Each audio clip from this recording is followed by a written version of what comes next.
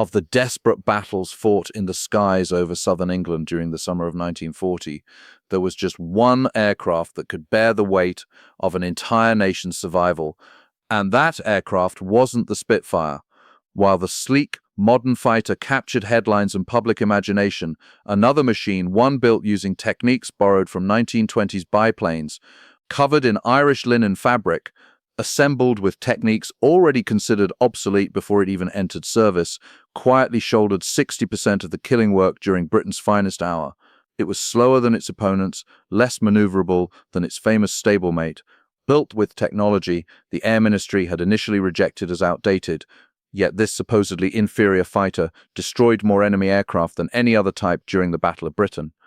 This is the story of the Hawker Hurricane, an aircraft that, by every measure of modern engineering, should have failed. Instead, it saved a nation. In the early 1930s, RAF Fighter Command possessed precisely 13 squadrons. Their equipment consisted entirely of biplanes, the Hawker Fury, the Hawker Demon, the Bristol Bulldog. All featured fixed wooden propellers and non-retractable undercarriages. All were hopelessly inadequate for the coming war. Within the halls of the Air Ministry, an institutional prejudice existed against monoplane fighters. Senior staff believed the biplane represented the pinnacle of fighter design. Change was unwelcome. Innovation was viewed with suspicion. Sidney Cam didn't particularly care what they thought. Born in Windsor in 1893, Cam had joined the Hawker Engineering Company in 1922 and rapidly ascended to chief designer. Throughout the 1920s and early 1930s, his designs had equipped the RAF, the Hart, the Hind, the Fury, the Audax. All biplanes, all bearing his distinctive engineering signature, a Warren Truss steel tube fuselage structure that was both simple to manufacture and remarkably robust. But by 1933, Cam recognized that the age of the biplane was ending. In discussions with Major John Buchanan of the Air Ministry's Directorate of Technical Development and Squadron Leader Ralph Sawley of Operational Requirements, he began exploring a radical proposition, a monoplane derivative of the Fury. The Air Ministry's initial response was predictable. Cam's first formal proposal, the PV-3 submitted for specification FEF.7/30, was rejected outright. The ministry didn't bother ordering a prototype. Cam's response was to design something better. By January 1934, he'd produced detailed drawings for an entirely new fighter. It featured a cantilever monoplane wing, retractable undercarriage, and was to be powered not by the troublesome Rolls-Royce Goshawk engine, but by an entirely new design, the PV-12, which would later become legendary as the Merlin. The armament specification called for 4 machine guns, 2 in the wings, 2 in the fuselage, synchronized to fire through the propeller arc. Conventional, unambitious, already obsolete. Then in July 1934, everything changed. At a meeting chaired by Air Commodore Arthur Tedder, Captain F.W. Gunner Hill presented calculations that would fundamentally alter fighter design for the next decade. His conclusion was stark. Future fighters must carry no fewer than 8 machine guns, each capable of firing 1,000 rounds per minute. His assistant in making these calculations was his 13-year-old daughter, Hazel Hill. The reasoning was sound. German bombers were becoming larger, more robust, more heavily armed. To guarantee a kill during the brief seconds a fighter pilot might have an enemy in his sights, overwhelming firepower was essential. Squadron leader Sawley championed the concept. In November 1934, the Air Ministry issued specification .5/34, calling for fighters armed with 8 guns. Cam's design was too far advanced to immediately incorporate the change, but by January 1935, a wooden mock-up had been completed, and in August, the specification was amended. 8 guns, all mounted in the wings, a revolutionary armament for an aircraft still using construction techniques from the previous decade. In August 1935, work on the airframe was completed at Hawker's Kingston-upon-Thames facility. The components were transported to Brooklands, Surrey, where full assembly took place. On October 23, 1935, the prototype stood complete. On November 6, 1935, Hawker's chief test pilot, Flight Lieutenant George Bowman, took the prototype designated K5083 into the air for the first time. The flight trials that followed were conducted under severe restrictions. The Merlin engine hadn't yet achieved full flight certification. Numerous failures plagued the early tests, Yet the aircraft's fundamental characteristics proved sound. By March 1936, initial trials had demonstrated a maximum speed of 315 miles per hour at 16,200 feet. The climb to 15,000 feet required just 5.7 minutes. The stalling speed, using flaps, was a mere 57 miles per hour, only marginally higher than the Gladiator biplane it was intended to replace. There was, however, a problem. During spin recovery tests, the aircraft exhibited alarming characteristics. In certain conditions, all rudder authority could be lost. The Air Ministry refused to waive spinning tests. The Royal Aircraft Establishment eventually determined that the issue stemmed from airflow breakdown over the lower fuselage. The solution was elegantly simple: a small ventral fairing and an extended rudder bottom. The fix came too late for the first 60 production aircraft, but all subsequent machines incorporated the modification. In June 1936, the Air Ministry placed an order for 600 aircraft. On June 26, 1936, during an official visit by King Edward VIII to Martlesham Heath, the name was formally approved: Hurricane. The Hurricane's construction was, by contemporary standards, archaic. The primary fuselage structure consisted of a Warren Truss steel tube framework with duralumin cross-bracing, mechanically fastened, not welded. Over this skeleton, wooden formers and stringers were attached, then covered with doped Irish linen fabric. Only a section between the cockpit and engine cowling used lightweight metal panels. Sidney Cam had deliberately chosen traditional construction over advanced stress skin metal techniques. It was a decision many viewed as conservative, perhaps even timid. It would prove to be brilliant. The Hurricane was significantly cheaper to produce than the Spitfire. It required 10,300 man-hours per airframe compared to the Spitfire's 15,200. More importantly, it could be repaired under field conditions with basic equipment. Damage to the fabric covering could be patched with doped linen in hours. Even damage to the steel tube structure could be repaired by squadron ground crews without specialist facilities.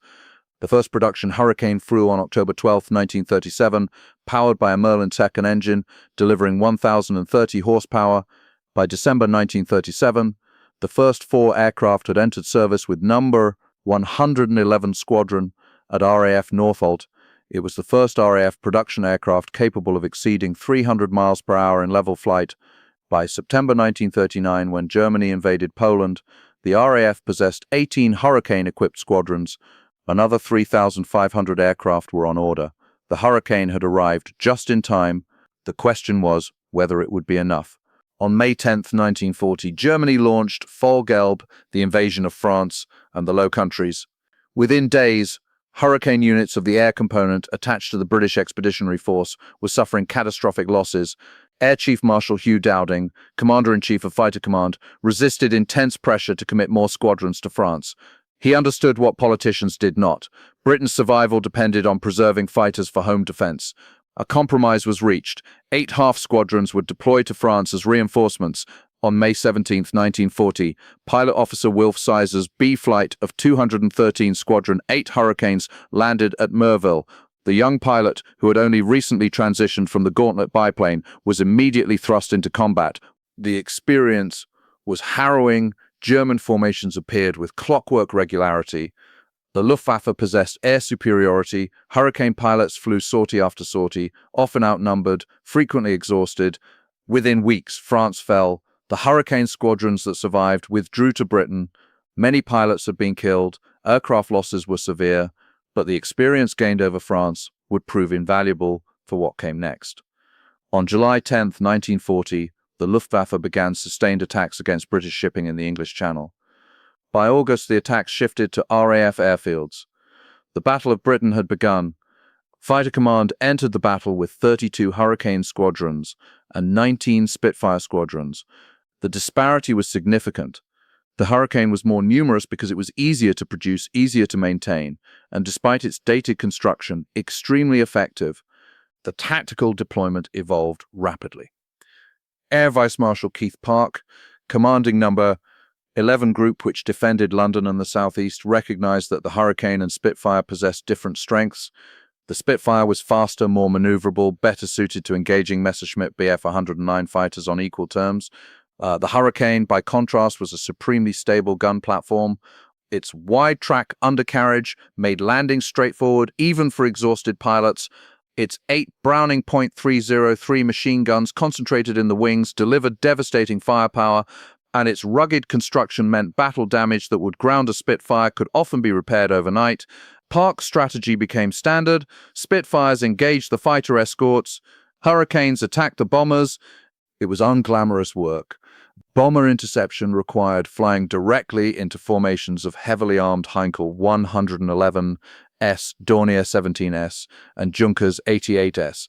German gunners poured defensive fire at approaching fighters. Many Hurricane pilots were wounded or killed in these attacks. But the Hurricane excelled at destroying bombers. Its stable flying characteristics allowed precise aiming. Its 8 machine guns could shred bombers' control surfaces, puncture fuel tanks, kill crew members. Pilot after pilot reported the Hurricane's docility during gun attacks.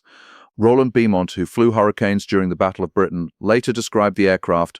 There was no sudden surge of acceleration, but with a thunderous roar from the exhaust just ahead on either side of the windscreen, only a steady increase in speed. The Hurricane had all the qualities of its stable, secure biplane predecessor, the Hart, but enhanced by livelier controls, greater precision. However, the Hurricane wasn't without serious disadvantages when facing German fighters. The Messerschmitt Bf 109 was faster in level flight and could outdive the Hurricane. Both the Hurricane and Spitfire suffered from a critical weakness inherited from the Merlin engine, a float-type carburetor that would flood during negative G maneuvers. If a Hurricane attempted to follow a BRF 109 into a negative G dive, the engine would cough, splutter, and potentially cut out entirely. The German fighter, equipped with a fuel-injected Daimler-Benz engine, had no such limitation. The problem wasn't fully solved during the Battle of Britain, though an extremely clever engineer named Beatrice Tilly-Schilling devised a partial solution, a flow restrictor that somewhat alleviated the fuel flooding issue. Pilots referred to it as Miss Schilling's orifice. It helped, but didn't eliminate the problem. Hurricane pilots learned to roll inverted before diving to maintain positive G-forces. It cost precious seconds that could mean life or death. Despite its limitations against Bf 109S in pure dogfighting, the Hurricane's strengths were undeniable. It could outturn the Bf 109, its rate of roll was excellent, and its ability to absorb battle damage was legendary. The fabric covering proved unexpectedly advantageous. Explosive cannon shells from German fighters sometimes passed through the fabric without detonating. Bullets that would cause catastrophic structural damage to a stressed skin metal aircraft merely required a patch of doped linen. But the Hurricane had one terrifying vulnerability. Directly ahead of the cockpit sat a large saddle tank containing 100-octane aviation fuel. If an incendiary round struck this tank, the fuel ignited instantly. The pilot had 2 choices: remain in the burning aircraft and die, or open the canopy and attempt to escape, exposing himself to a 300-mile-per-hour blast furnace. Many Hurricane pilots suffered horrific burns. The plastic surgeon Archibald Mackindo became renowned for treating these men at Queen Victoria Hospital in East Grinstead. The pilots he reconstructed referred to themselves as the Guinea Pig Club. One of the most extraordinary acts of courage during the Battle of Britain involved this exact scenario. On August 16, 1940, Flight Lieutenant James Nicholson of 249 Squadron was leading a patrol when Bf 109S attacked his flight from above.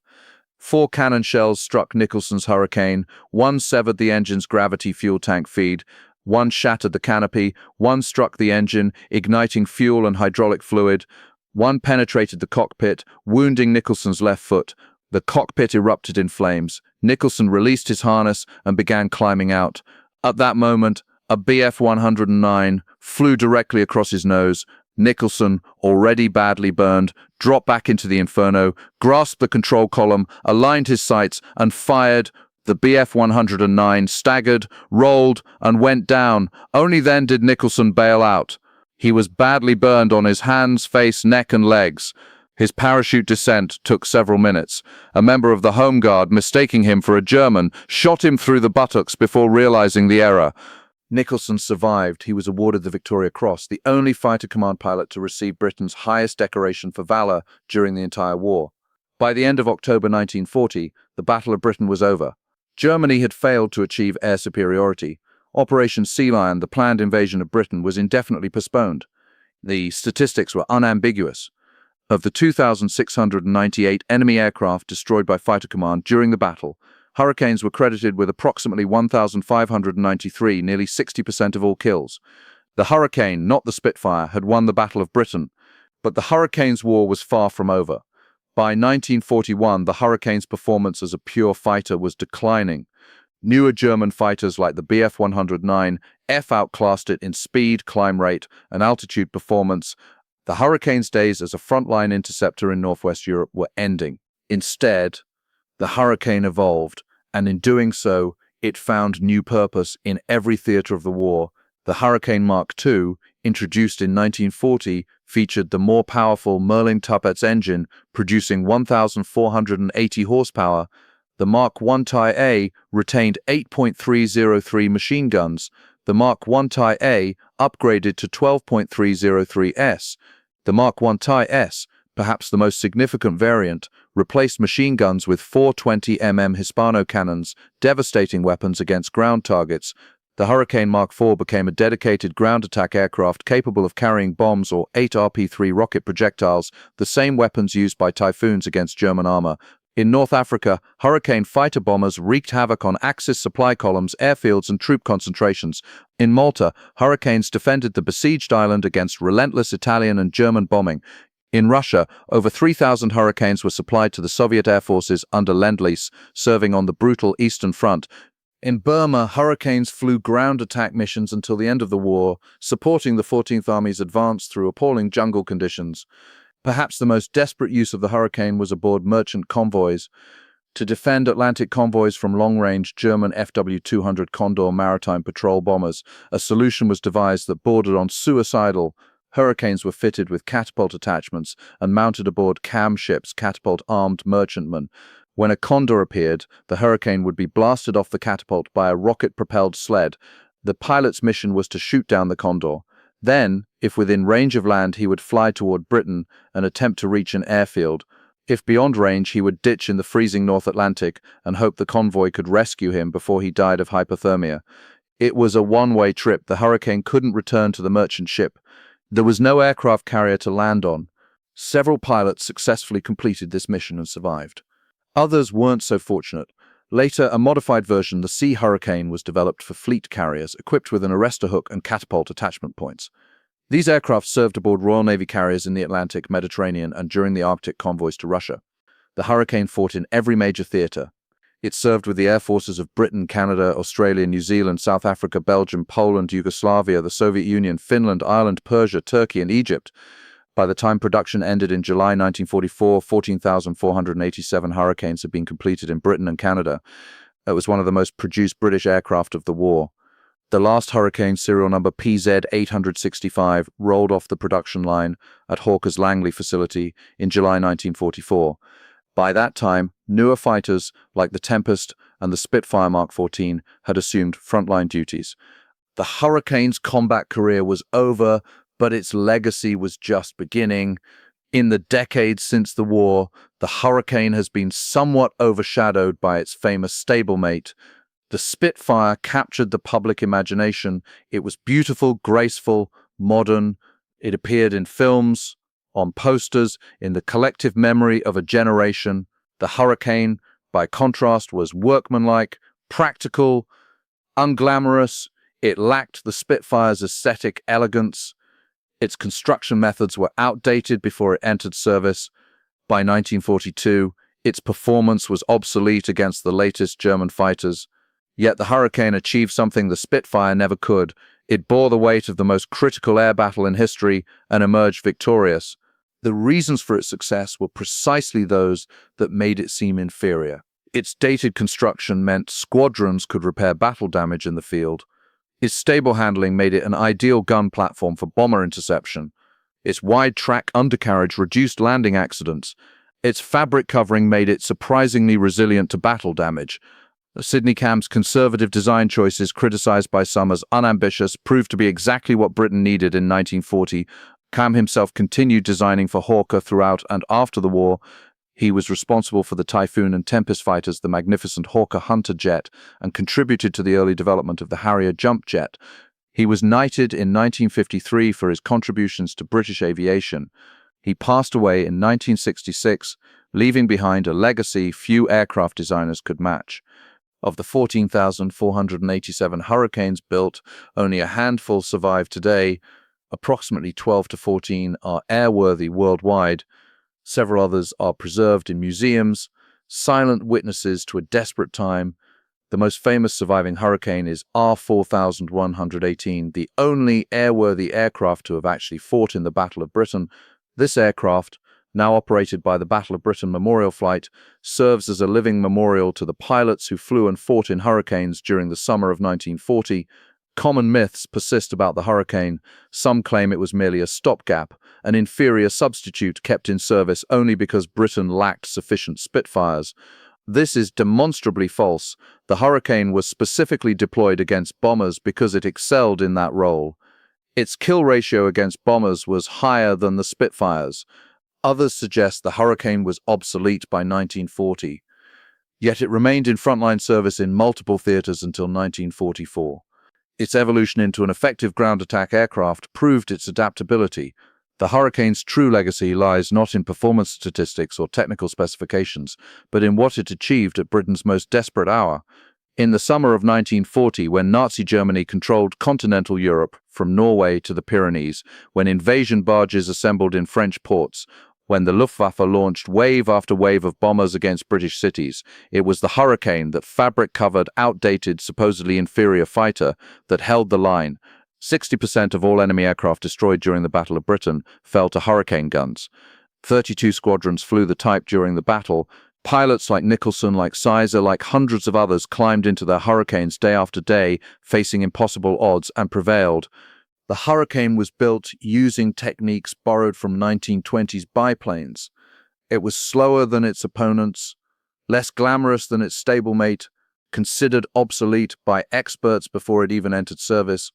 By every rational measure, it should have failed. Instead, it saved civilization. That is the Hurricane's legacy.